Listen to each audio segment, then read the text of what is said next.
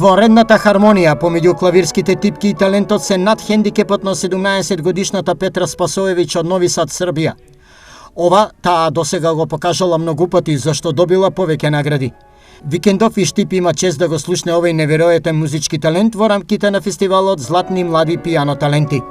А се започнало еден ден кога малата Петра на своји 10 години за прв пат ги слушнала звуците на клавирот.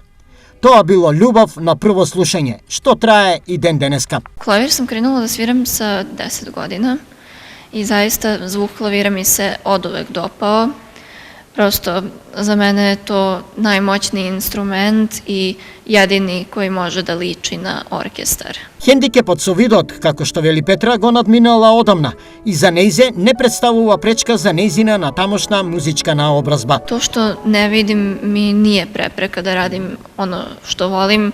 Ja sam se izdigla iznad svog invaliditeta i pronašla sam najbolji način kako da savladam i kompozicije i sve što treba da savladam kako bi mogla da sviram. Младата новосаѓанка е амбициозна.